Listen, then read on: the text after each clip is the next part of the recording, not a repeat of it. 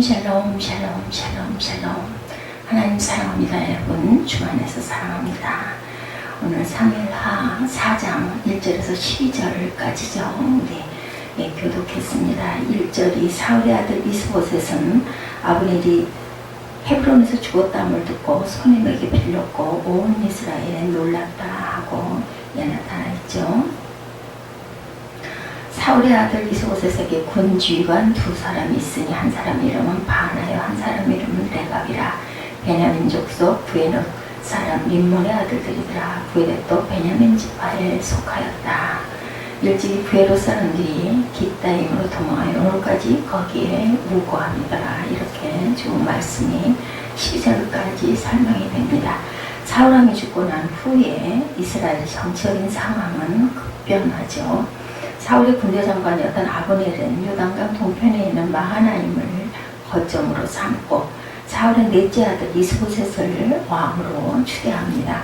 이스라엘의 대부분의 지파들은 아브넬이 추대한 이스보셋의 왕권을 인정하고 받아들이죠. 블레셋의 망명생활 주변 다윗은 하나님께 유다 땅으로 가야 할지 어디로 가야 할지를 구체적으로 여쭤보죠. 하나님이 다윗에게 유다 지파의 본거지인 헤브론으로 올라가라고 지명까지 지정해서 말씀해 주십니다. 그래서 유다 백성들은 헤브론에 있는 다윗을 찾아가서 그를 왕으로 추대하죠. 그래서 유다에서 다윗이 왕이 되고 나머지 11지파에서는 이스보셋이 아브넬로 인하여서 추대를 해서 왕으로 추대가 됩니다. 그래서 다윗은 유다 한 지파만의 왕이 되죠. 이스라엘은 사울의 아들 이스보셋 왕과 다윗 왕이 서로 대치하는 상황을 7년이 넘도록 지속되게 합니다. 그런데 어느 날 권력의 변화가 찾아오죠. 아브넬은 이스보셋을 왕으로 세워놓고 실질적으로는 자신이 권력을 행사하는데 죽은 사울 왕의 첩을 취한 일로 이스보셋의 강한 책망을 받습니다. 이스보셋의 그러니까 의붓 엄마가 되는 거죠. 엄마를 간통을 한 사건을 가지고 책망을 합니다. 그러자 아브넬은 이스보셋에게 큰 배신감을 느끼고 다윗에게 초항하기로 결심을 하고 다윗을 찾아가는 사건이 일어납니다. 다윗에게 온 이스라엘을 붙이려고 작정을 합니다. 이제 안 되겠다 하죠. 다윗은 아브넬의 초항을 흔쾌히 받아들입니다. 그래서 다윗의 군대 장관이었던 요압이 아브넬을 용납하지 않습니다. 왜냐하면 요압 장군의 동생이 아브넬로 인해서 죽었거든요. 요압을 있어서 아브넬은 그 아사헬을 전쟁터에서 죽인 원수이기도 했습니다. 또한 아브넬이 다윗의 수하가 되면 자신이 서열에서 밀려날 것을 염려한 부분도 있죠. 그래서 요압은 아브넬에게 친근한 척 다가와서 옆구리를 칼로 찔러서 죽입니다. 이스보셋은 아브넬이 요압의 손에 죽었다는 소식을 듣고 1절이죠. 손에 맥이 풀렸다. 4장 1절에 이렇게 시작을 하죠. 그 이유는 자신의 권력은 전적으로 아브넬의 그 기호가 있었기 때문에 가능했는데 아브넬이 이제 죽었으니 이제 자신의 앞길이 막막하다라고 여깁니다. 그래서 그는 모든 기력을 잃고 정신적인 공황 상태에 빠지게 되죠. 이때 이스보셋 왕에게는 2명의 군대 장관이 있었습니다. 레갑과 바나라는 사람인데 둘 다 베냐민 지파 사람이었다라고 나타나죠. 2절에 일찍이 부에르 사람들이 깃다임으로 도망하여 오늘까지 거기에 우거함으로 해서 장군이 2사람이 나온 거죠. 2사람은 아브라함이 죽었다는 소식을 듣고 또한 현재 상황에서 자신들이 이제는 권력도 줄 수 있고 출세할 수 있는 일이 될까 하는 것을 궁리를 합니다. 전부 다 자기들 살 길을 찾는 거죠. 결론은 이스보셋을 죽이고 그 공로를 인정받아야 되겠다. 다윗에게. 2사람은 이스보셋 집으로 들어가서 양식을 창고에서 꺼낸다라는 핑계를 대고 이스보셋이 긴박한 상황에도 낮잠을 자고 해서 공황 상태에 빠져서 아마 지쳐서 낮잠을 잤을 수도 있을 겁니다. 그런데 어찌됐든 간에 낮잠 자고 있는 그런 모습을 보고 그를 침상에서 목을 베어서 죽입니다. 그리고 그 머리를 가지고 밤새도록 달려 헤브론에 있는 다윗 왕에게 가지고 오죠. 2사람은 다윗을 만난 자리에서 이스보셋의 머리를 바치면서 말합니다. 왕의 생명을 해치우게 원수 사울의 아들 이스보셋의 머리가 여기 있습니다. 여호와께서 오늘 우리 주 되신 왕의 원수를 사울과 그 자손에게 갚으셨다라고 이야기를 합니다. 이것이 8절에 나타나죠. 야훼께서 오늘 우리 주 되신 왕의 원수를 사울과 그 자손에게 갚으셨나이다 하니 다윗이 부에롯 사람 림몬의 아들 레갑과 그 형제 바나에게 대답하여 그들에게 이르되 내 생명을 여러 환난 가운데서 건지신 야훼께서 살아계심을 두고 맹세한다. 10절에서 말하죠. 전에 사람이 내게 알리기를 보라 사울이 죽었다 하며 그가 좋은 소식을 전하는 줄을 생각하였어도 내가 그를 잡아 시글락에서 죽여서 그 소식을 전한 가품으로 삼았거든. 하물며 악인이 의인을 그의 집 침상에서 죽인 것이겠느냐. 그런즉 내가 악인의 피 흘린 죄를 너에게 갚아서 너희를 이 땅에서 없이 하지 아니하겠느냐. 죽여야 되겠다라고 얘기를 하는 거죠. 12절에 청년들에게 명령하여 그들을 죽이고 수족을 베어 헤브론 목가에 매달고 이스봇에서 머리를 가져다 헤브론에서 아브넬의 무덤에 매장하는 그러한 일을 다윗이 행합니다. 결국은 공을 세워서 그 공로로 인해서 출세를 하려고 하다가 그만 목을 베임을 당하는 사건이 일어나죠. 다윗은 이스봇에서 머리를 가져다가 헤브론에 있는 아브넬의 무덤에 함께 묻어주죠. 첫 번째로 이스봇에서 불신앙에 대한 것을 우리가 봅니다. 이스봇을 생각할 때 떠오르는 단어는 불신앙입니다. 왜냐하면 그가 아브넬 군대 장관이 요압에 의해서 살해되었다는 소식을 들었을 때 보인 반응이 4장 1절에 맥이 풀렸다, 손맥이 다 풀렸다. 아브넬에게 얼마나 의지를 했으면 이스봇에서는 아브넬이 죽었다는 소식을 듣고 손맥이 풀렸을까. 육체적으로 모든 기력이 빠져나가고 정신적으로는 절망감에 빠졌다는 것. 이스봇은 하나님보다도 아브넬을 절대적으로 의지하고 있었다라는 뜻이 되죠. 물론 아브넬의 역할이 없었다면 이스봇에서는 왕이 될 수가 없었을 겁니다. 그 당시 상황으로는. 그러나 모든 권세는 하나님께로부터 오는 것이기 때문에 이스봇에서는 아브넬보다는 하나님을 더 의지했어야 했습니다. 그러나 이스봇에서는 눈에 보이는 아브넬의 존재와 힘에 의지하고 있었다는 것을 알 수가 있겠죠. 그래서 그가 죽었다는 소식을 듣고 공황 상태에 빠지기까지 하죠. 하나님은 이런 사람에 대한 엄중한 경고를 하십니다. 예레미야 17장 5절에 야훼가 이같이 말하노라 무릇 사람을 믿으며 혈이 고르고 권력을 삼고 마음이 야훼께서 떠난 그 사람은 저주를 받을 것이다. 이렇게 얘기합니다. 이스봇에서는 이 말씀에 정확하게 들어맞는 사람이었죠. 야훼께 떠난 사람은 저주를 받는다. 그래서 그의 종말은 결국 부하에게 배신을 당하고 비참한 죽음을 맞이합니다. 저주를 받고 만 것이죠. 그러면 우리는 어떻게 해야 할까? 사람을 믿거나 혈육으로 권력을 삼지 말아야 하고 모든 권세는 하나님께로부터 오는 것임을 깨닫고 오직 야훼를 의지하는 사람이 되어야겠다. 이런 사람에게 하나님은 약속하십니다. 그러나 무릇 야훼를 의지하며 야훼를 의뢰하는 사람은 복을 받을 것이다 라고 말씀을 하죠. 믿음으로 살다가도 이스봇처럼 손맥이 풀려버리는 일이 한순간에 일어나기도 합니다. 그런 사람들도 있죠. 다가올 수도 있습니다. 다윗에게도 비슷한 일이 있었습니다. 그렇게 내 마음에 합한 자라고 하나님이 칭찬했던 다윗에게도 사무엘상 30장에 보면 다윗이 블레셋에서 망명생활을 할 때 일어난 일이죠. 군대를 이끌고 전쟁터에 나간 사이에 아말렉 족속이 다윗의 거처를 습격해서 모든 부녀와 자녀들과 가축을 빼앗아간 일이 있었어요. 다윗이 부하들과 함께 거처로 들어와서 이런 상황을 직면했을 때 다윗의 부하들이 자녀들을 인하여 마음이 슬퍼서 다윗을 돌로 쳐 죽이려고 한 적이 있었습니다. 다윗은 자신을 추종한다고 쫓아와서 충성을 맹세했던 부하들이 한순간에 자신을 죽이려는 적의 모습으로 돌변했을 때 괘씸하고 한편으로는 얼마나 절망을 했을까. 이때 성경은 다윗이 순간적으로 깊은 근심에 빠졌던 것을 사무엘상 30장 6절에 증거합니다.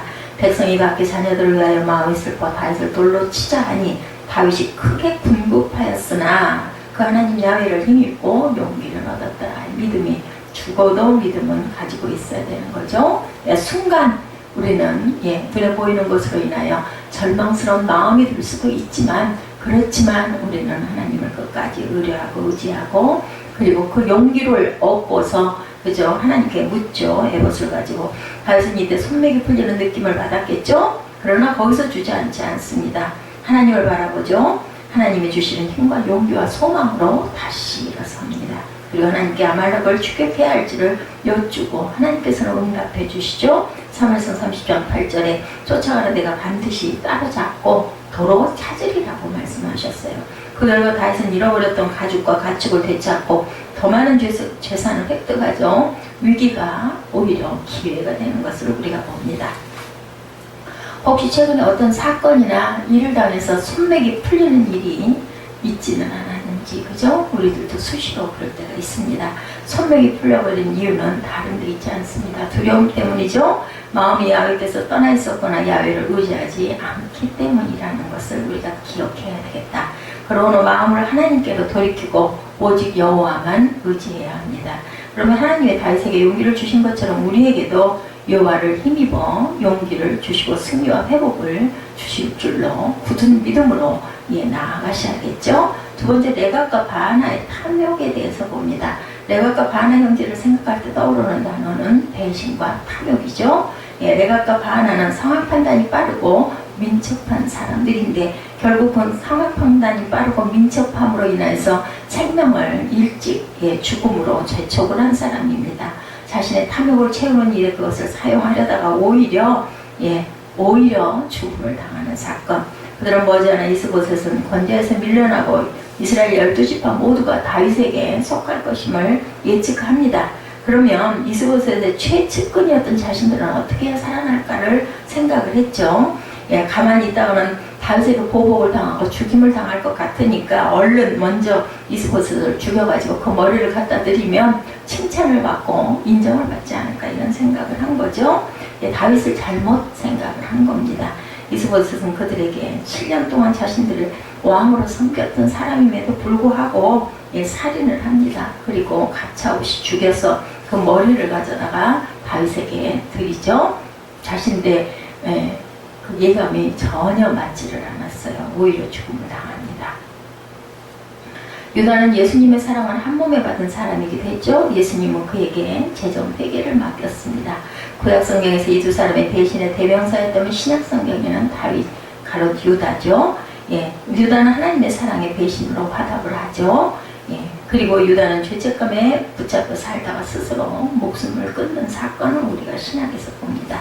레갑과 바하나와 가룟 유다가 자신을 신뢰하고 사랑해주던 상전을 버리고 배신한 결정적인 이유는 욕심 때문이었습니다. 권력에 대한 탐욕, 재물에 대한 탐욕. 가룟 유다는 재물에 대한 탐욕으로 결국은 예수님을 돈을 받고 팔고, 그래서 결국 몸에 달아 죽고, 그 돈은 오히려 갖다 집어 던지는, 그래서 피밭을 사서 지나가는 행인들이 죽으면 거기다 묻는다고 하죠. 야고보서 1장 15절에 욕심이 잉태한즉 죄를 낳고 죄가 장성한즉 사망을 낳는다고 합니다. 그러므로 우리는 탐욕을 제어하고 버려야 한다. 탐욕을 그대로 방치하면 걷잡을 수 없는 지경에까지 나를 끌고 가죠. 탐욕을 제어하는 길은 성령의 충만을 받는 길입니다. 갈라디아서 5장 16절에 내가 이르노니 너희는 성령을 쫓아 행하라. 그리하면 육체의 욕심을 이루지 아니하리라. 성령으로 욕심을 제어하고, 어떻게 성령으로 욕심을 제어할 수 있는가? 우리가 기도해야 되겠죠? 누구의 이름으로? 예수 그리스도의 이름으로 기도하고 주님의 성품을 닮아야 할 줄로 믿습니다. 성령이 내 안에서 역사하시고 내 안에 있는 욕심을 제거해 주시기를 기도해야 되겠죠? 우리는 구원의 길을 갈 유일한 분은 예수님 한 분이시라는 것을 잊지 말아야 됩니다. 또한 우리를 죄의 욕심에서 자유하게 해주시고 거룩한 성화에 이르게 해주실 분 또한 예수님 한 분이죠. 예수님 외에는 다른 이름으로 구원받을 길이 없다고 말씀을 하셨습니다. 다윗의 공로를 봅니다. 세 번째로, 레갑과 바하나가 이스보셋의 머리를 가지고 왔을 때 다윗은 두 사람을 엄히 문책을 하죠. 8절부터 12절에 나타나죠. 그리고 부활을 시켜 두 사람을 처단합니다. 불의에 대한 공의의 보응이죠. 그런 부분에서 다윗을 생각하면 공의가 떠오릅니다. 하나님도 공의의 하나님이시죠. 정치적으로 판단할 때 다윗의 정적이라고 할 수 있는 이스보셋을 제거한 것은 다윗에게 매우 유리한 그러한 일일 수도 있습니다. 이스보셋이 죽게 되면 이스라엘 12지파 모두가 다윗에게 나와 충성을 맹세하고 다윗을 왕으로 단일왕이 될 수 있는 기회죠. 하지만 다윗은 불의한 자의 편에 서지 않고 하나님 편에 섭니다. 다윗은 이번만 이렇게 한 것이 아니죠. 사무엘하 1장에 전쟁터에서 사울이 죽었을 때 아말렉 사람 하나가 사울의 면류관과 팔찌를 벗겨서 다윗에게 가져와가지고 말하죠. 사울이 내게 말하기를 내가 고통 가운데 있으니 어서 나를 죽이라 하시기로 내가 그를 죽이고 이것을 가져왔습니다. 이렇게 아뢰죠. 이 말을 들은 다윗은 진위 여부와 상관없이 아말렉 사람이 하나님이 기름 부어 세우신 사람이 스스로 죽였다는 말을 듣고 그 죄를 물어 그를 그 자리에서 처단하는 사건이 사무엘하 4장 11, 12절에 나타납니다. 그런즉 내가 저의 피 흘린 죄를 너에게 갚아서 너희를 이 땅에서 없이 하지 아니하겠느냐 하고 소년들을 명하며 곧 저희를 죽이고 이렇게 나타나죠. 다윗의 공의로운 조사는 성경의 말씀과 부합됩니다. 시편 1편 1절에 복 있는 사람은 악인의 꾀를 쫓지 아니하고 죄인의 길에 서지 아니하며 오만한 자리에 앉지 아니하고 오직 야훼의 율법을 즐거워하여 그 율법을 주야로 묵상하는 자로다. 그러므로 우리는 악인의 꾀를 따라가거나 죄인의 길에 서거나 오만한 자리에 앉지 않아야 되겠죠. 그런 사람과 모의하거나 연합해서는 안 됩니다. 우리는 오직 하나님의 사람들과 연합하고 동행해야 합니다. 그들과 함께 의논하고 기도하고 동거해야 되겠죠. 오늘 사무엘하 4장에 주시는 교훈 봅니다. 첫째, 이스봇은 사람을 의지하다가 손에 맥이 풀려버렸다. 하나님을 더 의지했어야 되겠죠. 다윗처럼 하나님을 힘입어 용기를 내야 합니다. 둘째, 레갑과 바나는 탐욕에 사로잡힌 나머지 배신과 살육을 당함으로 함으로 인하여서 결국은 생명을 일찍 재촉해서 죽습니다. 우리는 탐욕을 방치해서는 안 되겠죠. 그 보응으로 결국은 죽음을 맞이하게 됩니다.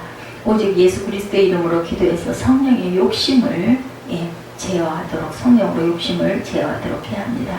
성령의 소욕을 쫓아서 우리가 살아야 되겠죠. 세 번째, 다윗은 레갑과 바나의 불의를 심판하죠. 그들에게 동조하지 않았습니다. 불의한 자의 편에 서지 말고 오직 하나님 편에 서야 되겠죠. 우리가 시편 1편 1절에 복 있는 사람이 되려면 악인의 꾀를 쫓지 아니하고 그리고 죄인의 길에 서지 아니하며 오만한 자리에 앉지 아니하여야 한다.